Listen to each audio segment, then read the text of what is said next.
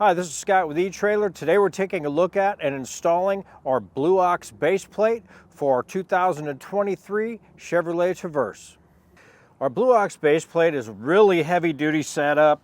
It hides really nice on our Chevy Traverse we have on it here today.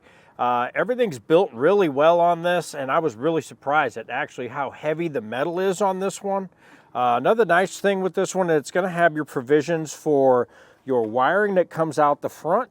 And it also has a setup where it has a bracket that mounts to where our wiring hooks up for our breakaway switch. Now, when you're installing these, that is a really big plus because sometimes it takes away a lot of the guesswork or where you're going to put these things. For me, it's really hard to figure out on these newer cars where you want to put your wiring, where you want to put your breakaway switch. Sometimes you even have to make a bracket yourself for it to work. So with this included in it and already set up for that, really takes away a lot of the headache. To set up our Traverse for a flat tow, we installed 5 major components for this. We installed our base plate, we installed our diodes, we installed our braking system, and we installed our tow bars and our safety cables. Some more components you're going to need are going to be your battery disconnect, you're going to need a brake light switch, and you're also going to need a charge line kit. As far as installation goes for your base plate, it is going to be pretty tricky and it is going to take some time. It took me a full day to get this one installed. It's something you really don't have time to mess with. You can always take a look at our dealer locator and get it installed locally for you. Or if you feel like installing it yourself, stick around and watch our video and we'll help you get it installed. To start our installation, we're going to have 12 plastic pop clips in the top of our plastic panel underneath of our hood. You can use either a flat head screwdriver or you can use a clip tool. I'm going to use both. What you want to do is find the little opening, and you'll see it right there. Just want to get under there and pop that up with your screwdriver. It can be a little tricky and they can be a little tight. Once you get it to that point, pop it up the rest of the way, get your clip tool under it and pop them out. We'll do that all the way around. Once we get all those out, now we can lift our panel out of the way. Along the front of our fascia, we're going to have 6 7mm bolts. We're just going to get those backed out.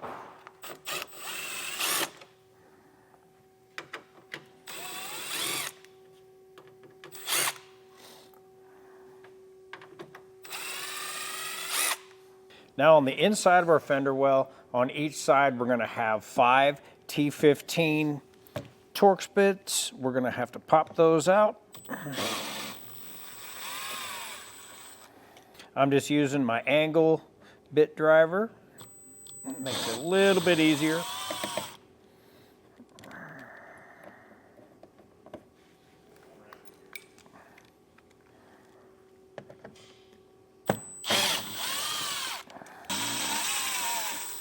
Now behind here we have this trim. We need to pull back our inner fender well. Get that pulled back. And right up here where we have this seam, we're going to have a 7mm nut that holds these 2 seams together. We need to get at that and get that backed out. Now this part can be a little tricky. The angle's kind of weird of where it's at. So what I usually try and do is at least get it broke loose with the tool. Now you can use a small ratchet or something like that. Sometimes that works out okay. But usually once I get it broke loose, I'll just take my socket off of my tool and then I'll just back it off with my fingers. On our model we have here today, we are going to have to pop this trim back too. So just carefully pull that back to a point and just let that hang there for a second. Now we did end up using a short stubby ratchet and a small 7mm socket to get that broke loose. Now that I have it broke loose, we are just gonna get that backed off and out. Pretty much gonna have to do this all by feel because it is kind of up in there and hard to see and hard to get at. Now we have our bolt out of there, and you can see it is kind of a long one, so you will have to take your time and just get it all backed all the way out. Now right behind our fender well, we're gonna have 3 10mm bolts that go through this portion back here of this metal plate. We need to get those removed.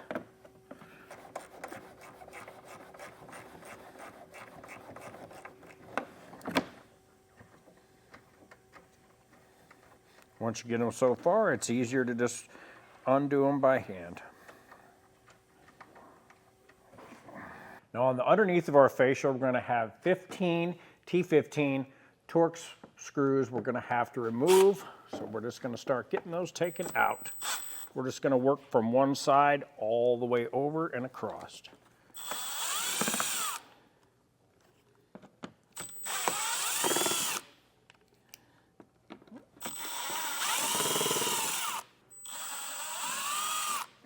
Now in the front, you're going to see a bunch of Torx bits across the front.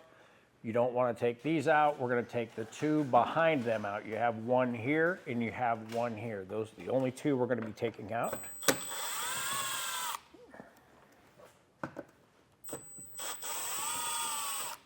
Now we're at the point we can start popping off our fascia. You're going to want to start from this back side. You're going to have to pull on it pretty hard to get it to pop out of here. This pops in here really tight. Once we get past this point, it does get a little bit easier. Just kind of get your fingers behind it, let it start popping off there. Now do keep in mind, we do have wiring connections back here that we need to keep an eye on. On our driver's side, we're going to have, this one is going to have a little red tab. You want to pull that little red tab,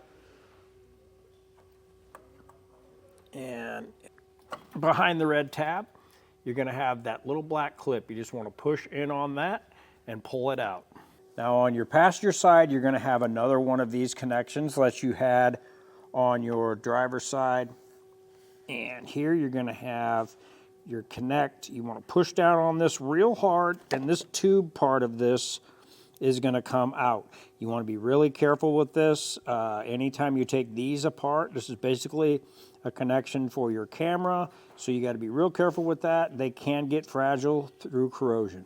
Now this big gray one here, you're going to have to push down on this red button to get this to go back in place. You push this down and pull this back over this.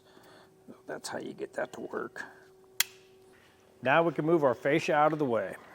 Now on the driver's side, we're going to look for our washer fluid bottle and follow it down right here. You're going to have a 10mm at kind of a weird angle. So I have mine on a swivel. I'm just going to get it on there, and we're going to go ahead and back that off. Be careful not to drop it. I like to back it off so far so I don't spin it off and lose it, because it could fall down into the frame and that leads to a bad day. Now we'll just get that pulled off of there. Now you're going to have a little bit of wiring harness. The idea is we do need to get this pulled off and out of the way. Before I start taking anything else, I want to get these little clips off. So I'm going to take my clip tool and get behind them and just pop these out and out of the way. That way when I do pull the bottle, I'm not going to have those in the way. Now we're going to have a clip here. Pull back on your little red clip, and in front of that, push in, pop that out. Now on our blue plug here, you're going to have this little blue part here. Pull up on that. You'll hear it click. Now you can pop that right out. That's going to give us a little more room to work. Next step is we're going to need to remove our rubber lines.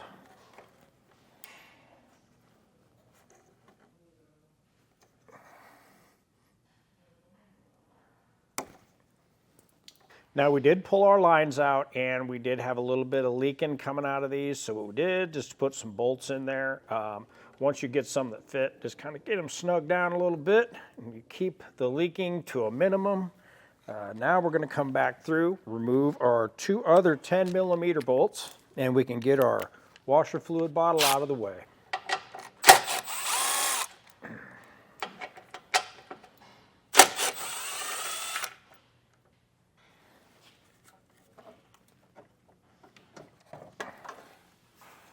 On each side, we're going to have this little piece of flap. We're going to go ahead and remove the 7mm on both of those on each side. Now with it unbolted, we can just take a utility knife and we're just going to cut right along here to get this moved out of the way.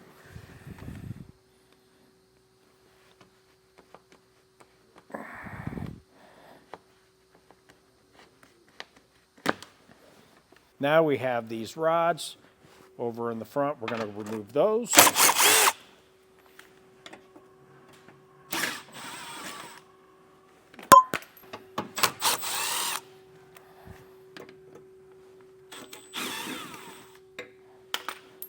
Now we have our cruise control box. We'll go ahead and use our 7mm socket, and we'll get these 3 bolts removed as well.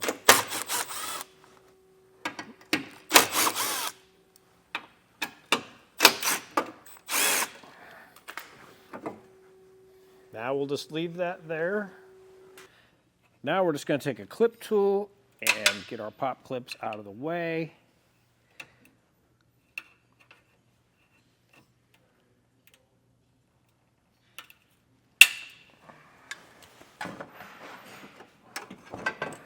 Now on each side, we're going to have these little brackets. One of them is going to look a little bit different. We'll show you here in a second. But this one, we're just going to cut right across here. And then the other one, we'll show you where we're going to get that cut. I'm just going to take my reciprocating saw. I did mark it white to show you where we are cutting it.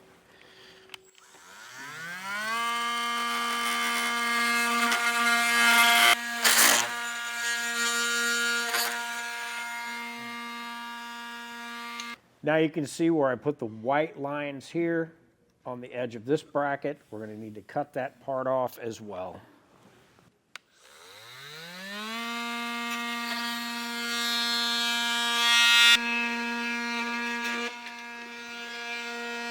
Now what we want to do is get our base plate put in place, and we're essentially going to get it set where we want it, and it's going to be used as our template for our holes.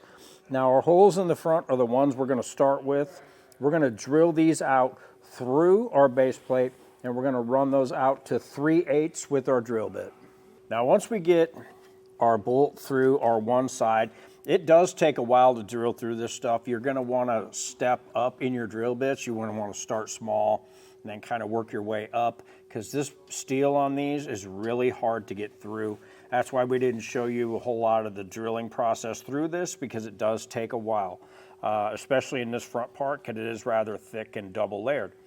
Now once we got our bolt through, it seemed like it wanted to fit a little tight back here along this edge. So what we did is we used this tab to get our floor jack right under here. After we had our bolt in here, we got our floor jack here, and we got this to come up where we want it to go. Now it is going to be squeezing against the little pinch weld under here, so that's why it's kind of fitting up tight, but that's what we want. We want it to be a tight fit. Now we'll move over to the other side, and we'll get our front bolt in, and then we'll get everything all adjusted and start drilling our holes in the sides.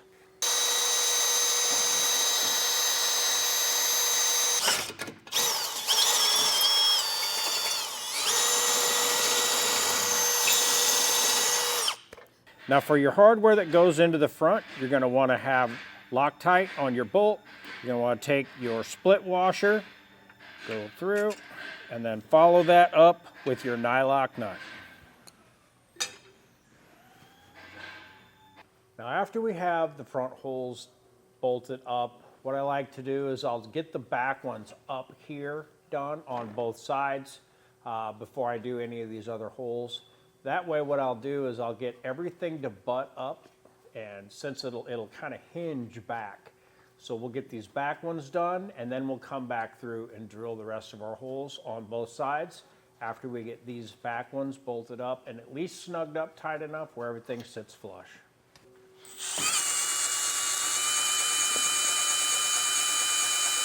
Now in your kit, you're going to have what is called a handle nut. It's going to have a little rod welded on to the square portion. We need to bend it just right to get it to come all the way back here to the back, and then we're going to thread our Loctited bolt up through our handle nut. So the tricky part is you're going to want to have some kind of light so you can see up into the hole. So I'll just set a light here so you can see when you're moving this into place. It may take several tries to get this bent just right to where it's going to land right over that hole from the inside. Now we're going in from the front.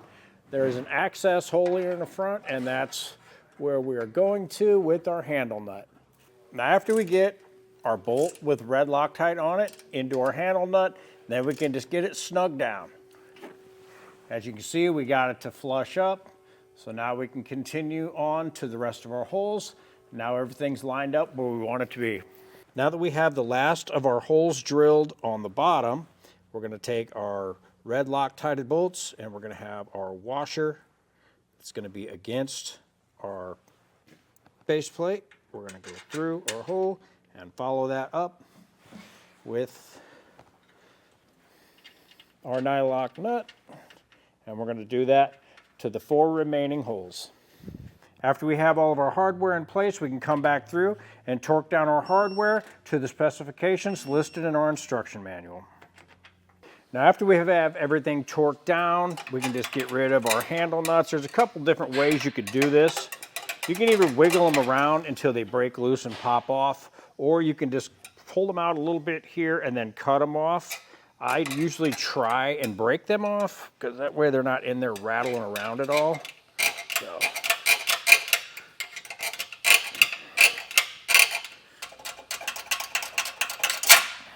Now after we got everything torqued down, we did get our safety cables installed. They basically go around the main portion of our frame, and one comes from underneath and one comes over, and we go through our shackle and through the hole that we have in our base plate. Now that we've got our base plate at this point, you could actually go ahead and put your fascia back on, but we have more components that we're going to be installing, so we're going to go ahead and get that going now.